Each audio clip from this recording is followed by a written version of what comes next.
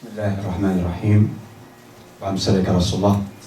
Rahday Souniyat Mathématistes à initier Guinée. Mesdames et messieurs, bonsoir et bienvenue à ce repas du Nair.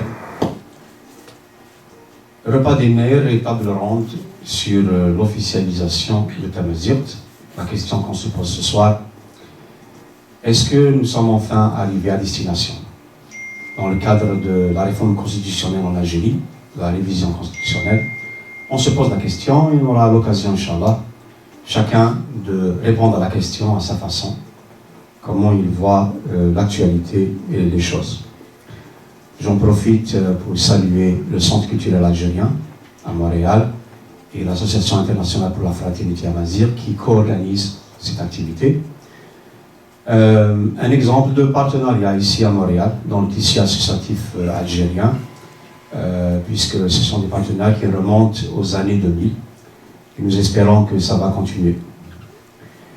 Je salue en particulier Adel Ramallah, le président, et nos frères ici présents, Karim Setouane et Mustafa Abdelwahad.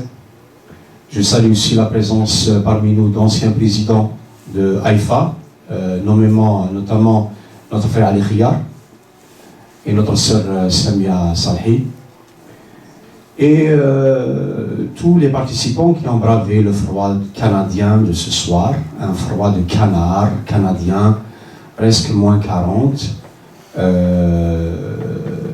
qui fait que c'est un plaisir de prendre le repas chaud ici, alors qu'à l'extérieur, c'est une autre planète.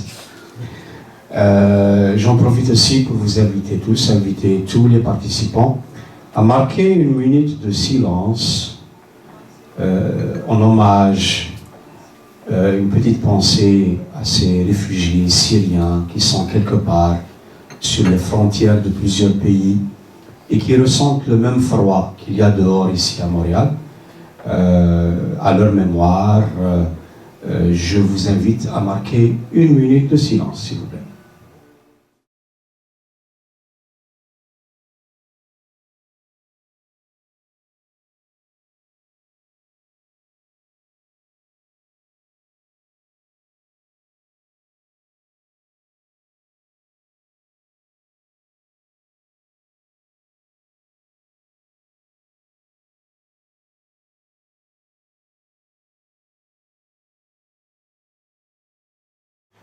Merci à tous.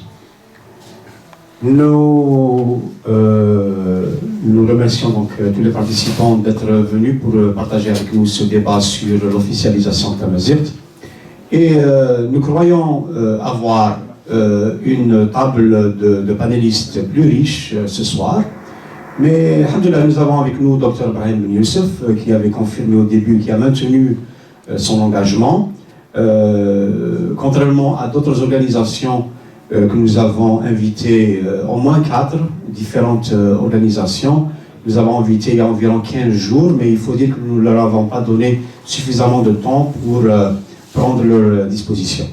Nous les remercions quand même d'avoir considéré notre invitation. Nous espérons les avoir dans nos prochaines tables rondes, Inch'Allah. Avec nous ce soir, le plaisir d'avoir, rien que pour nous, Dr Brahim Ben Youssef, qui est très connu dans la communauté algérienne et maghrébine en général. Dr Ben Youssef, qui a un PhD en urbanisme et aménagement, qui est diplômé en sciences sociales. Il est notamment le président fondateur de l'Observatoire Espace et Société. Il est professeur-chercheur à l'EPAU, EPAU. Il est consultant en urbanisme et développement social. Il est expert consultant en politique publique et plus que tout, il est d'origine berbère et d'origine mozabite d'Algérie. Tahiyya li Ghardaya.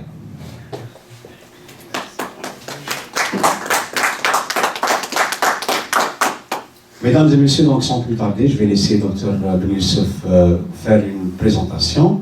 Suite à quoi, nous allons commencer le débat pour vous permettre à vous tous et toutes de répondre chacun à la question du jour qui est concernant l'officialisation Tamazirt. Est-ce que nous sommes enfin arrivés à destination, puisque c'est ce que la constitution, la nouvelle constitution algérienne semble consacrer. Docteur Benus.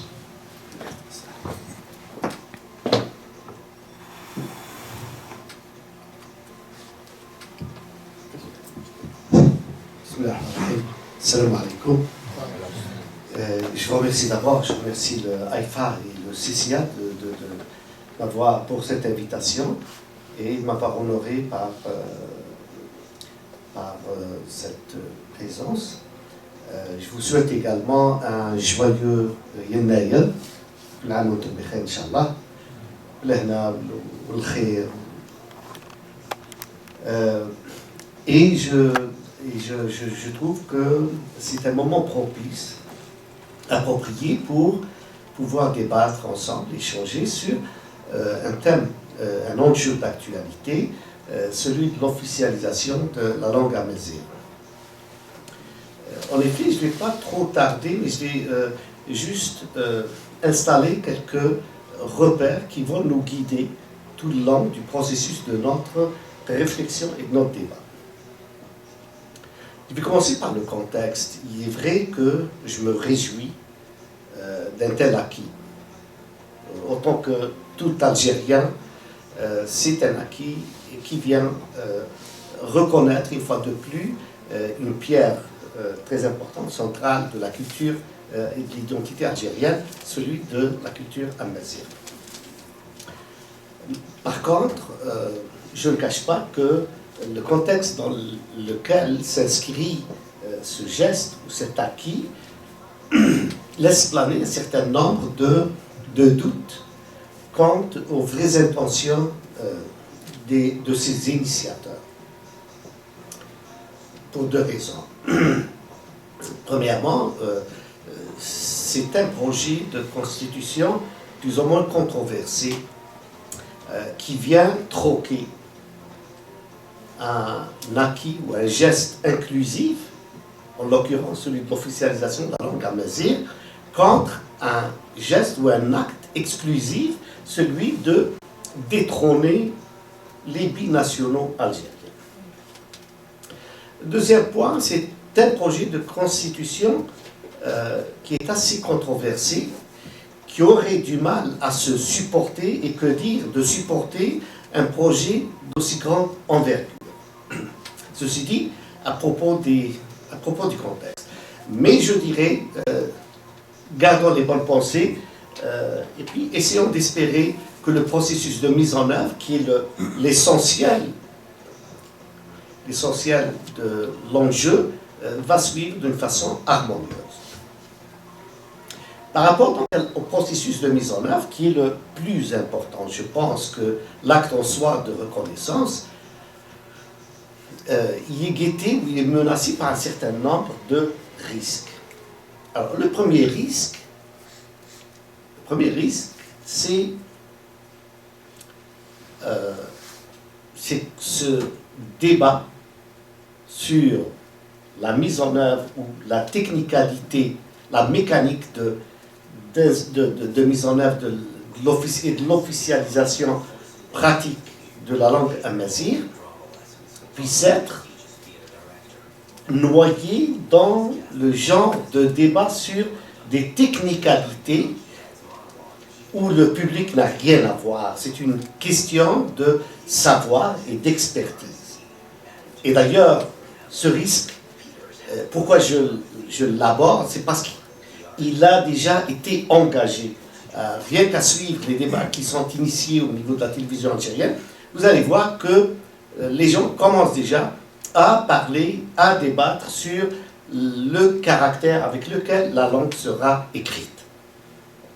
Très important, donc il y a ce risque, ceci, que des questions de considération technique qui relèvent exclusivement de la compétence et de l'autorité savante des spécialistes en linguistique et accessoires puissent être abordées en grand public et puis dériver vers la diversion, qui ne saurait réconforter que les gens qui sont à la recherche de diversion, notamment un pouvoir qui de plus en plus perd de crédibilité. Le deuxième risque, c'est un risque que le débat puisse être récupéré par les ténors de la confrontation dogmatique et idéologique. Pour que, une fois de plus, l'acquis soit inondé et noyé dans des guerres de dogmes et de camps et de clans. Voici ce que je crains le plus. Alors, pour prévenir ces risques, je propose une réflexion suivie d'action autour de 4 axes. Je vais commencer par le premier axe, l'axe sociétal. Il va falloir attendre qu'une certaine sensibilisation, préparation de toute la société à ce que c'est la diversité. Nous n'avons encore que très peu d'aptitude à l'acceptation de l'autre. Je parlais tantôt de la perception. La perception devait être le premier cours à apprendre aux enfants à l'école pour vivre en société. La perception, c'est la meilleure façon de démontrer comment la même chose ne peut être vue ou regardée d'une façon absolue ou unique, mais que la même image peut être regardée de mille et une façons, et chacune d'elles a sa logique et son harmonie. À partir de là, que l'on prend connaissance que le regard est multiple, et que la vie en société doit être également au pluriel, et que les uns et les autres doivent apprendre à s'accepter. Alors, cet apprentissage, il manque encore. Il va falloir commencer par ça. Il va falloir aussi également commencer par démystifier le nouveau aux yeux, au regard de la société. On a peur de tout ce qui est nouveau. Officialiser la langue amazigh, c'est quoi ça? Est-ce que cela aurait comme implication de forcer le monde à apprendre la langue amazigh et puis à l'exercer ou à le pratiquer sous une quelconque contrainte? C'est un peu le genre d'inquiétude que la société serait portée également à avoir. Alors, sur ce plan, il va falloir également démystifier les choses, sensibiliser les gens à beaucoup plus d'ouverture. Juste laissez-vous aller avec les changements, avec les nouveautés. Il y a beaucoup de choses qui peuvent être agréables là-dedans. Troisième point, je suis toujours au niveau de l'axe sociétal. Troisième point également, au niveau de cet effort de sensibilisation, tout simplement puiser dans notre religion, par exemple, la notion de diversité et d'acceptation de l'autre et du vivre au pluriel. Dans toutes les choses, il nous a été recommandé par Dieu de suivre le prophète. Sallallahu alayhi wa sallam. Il y a juste une seule pratique qui a été exceptionnellement accordée au prophète et que le Coran est venu nous empêcher d'en faire de même ou de le suivre dans ça. C'est quelle est cette chose? C'est au niveau du mariage avec plusieurs femmes. Alors, et là aussi je parle à l'Occident, à l'œil occidental qui ne voit à travers ceci qu'un besoin freudien. Je reviens pour dire tout simplement la raison principale que cette exception soit accordée au prophète, c'est parce que grâce à ces mariages, le prophète allait construire des ponts envers les communautés ethniques qui allaient composer la société fraîchement musulmane.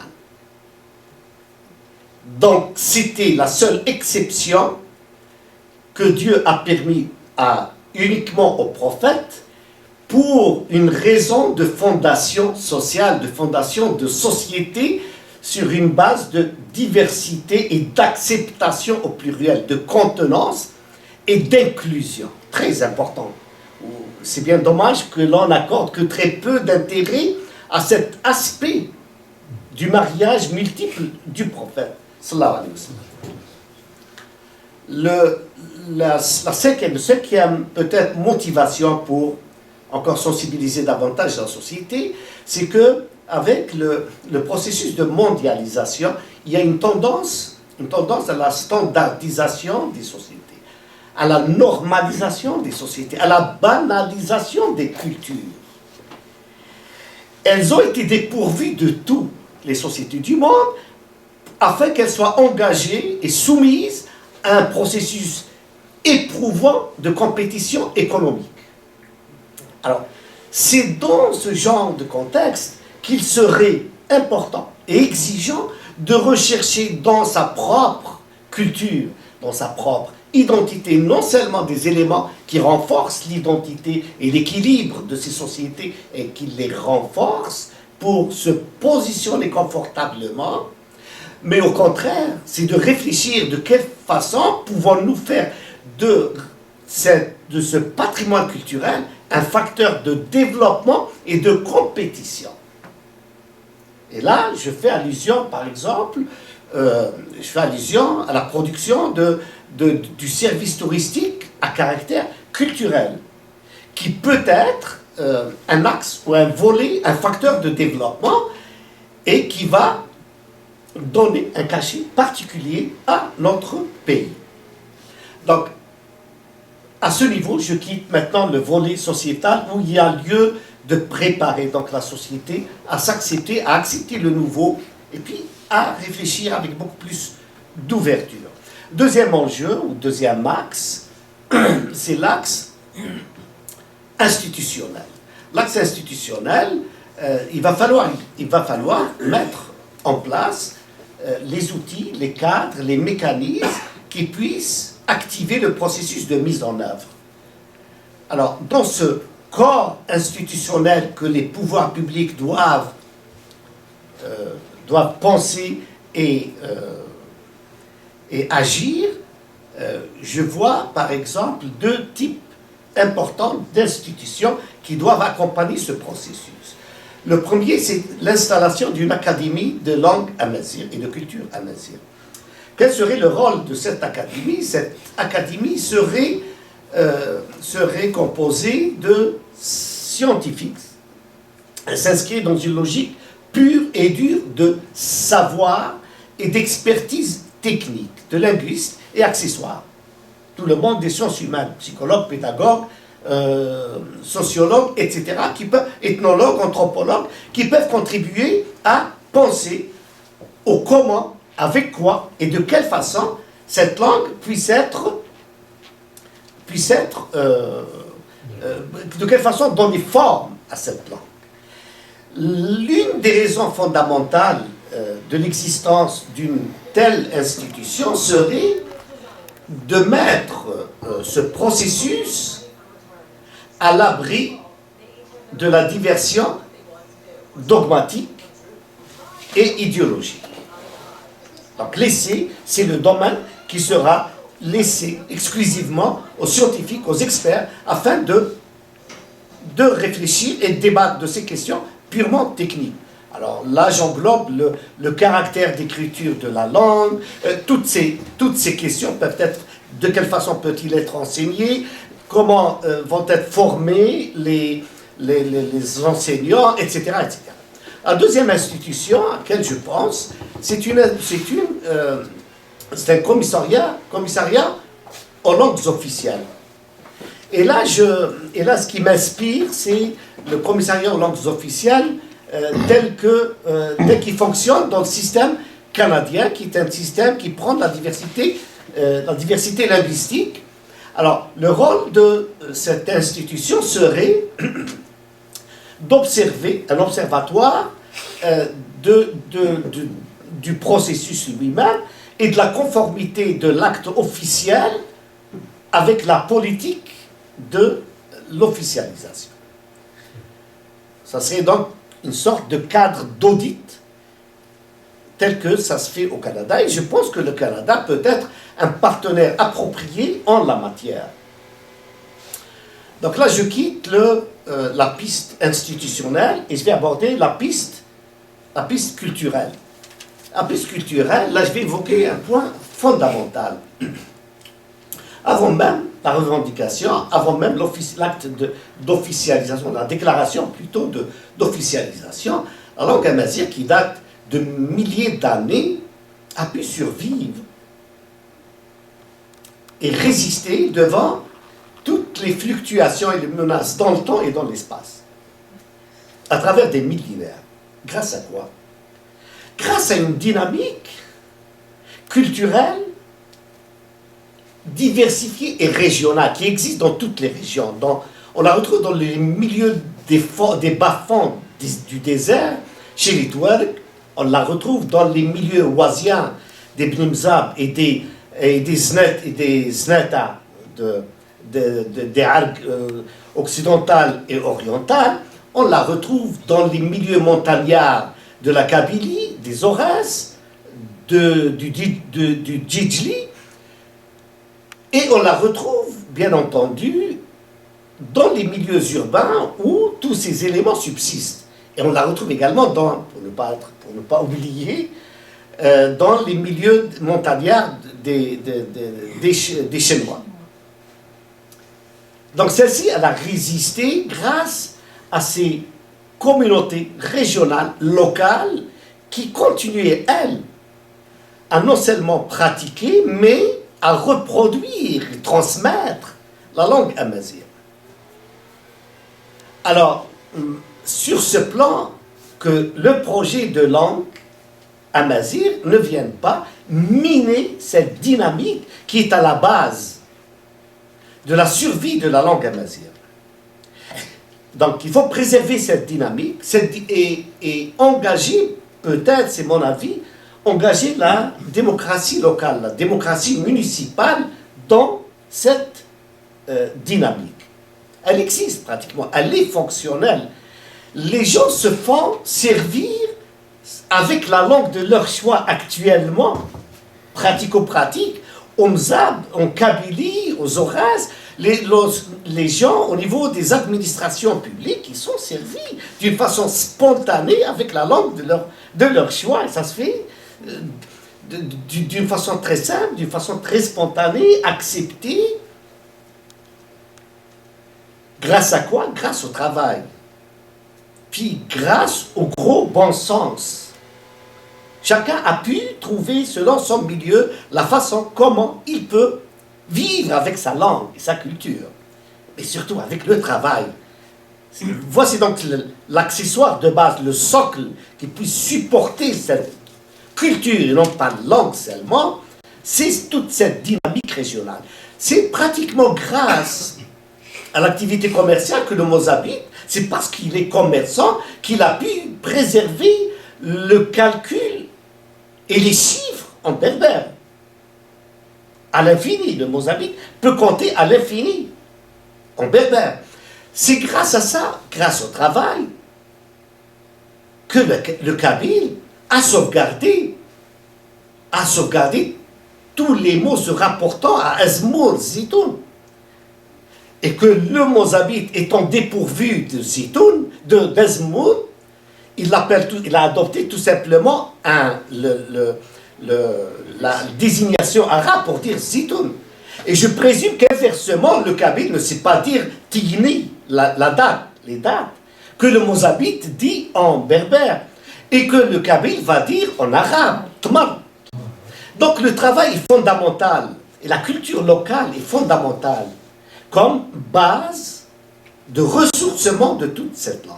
Alors, ce que j'essaie de dire à travers ceci, que l'on doit faire attention que ces cultures locales, que ces dynamiques locales ne soient en aucun cas minées ou déstabilisées au nom d'un quelconque hégémonisme de langue officielle unique. Et je termine par, bien entendu, l'axe politique qu'il va falloir, s'il y a vraiment une volonté sincère d'aller au bout des choses, de soutenir ce processus par des politiques appropriées, des politiques efficaces. Bien entendu, on ne s'attend pas que les choses se fassent d'un jour à l'autre, mais que celles-ci se fassent dans l'harmonie dont la progression est soutenue par tous les outils et politiques nécessaires. Inch'Allah, on aura le temps d'échanger à propos de tout cela. Assalamu alaikum.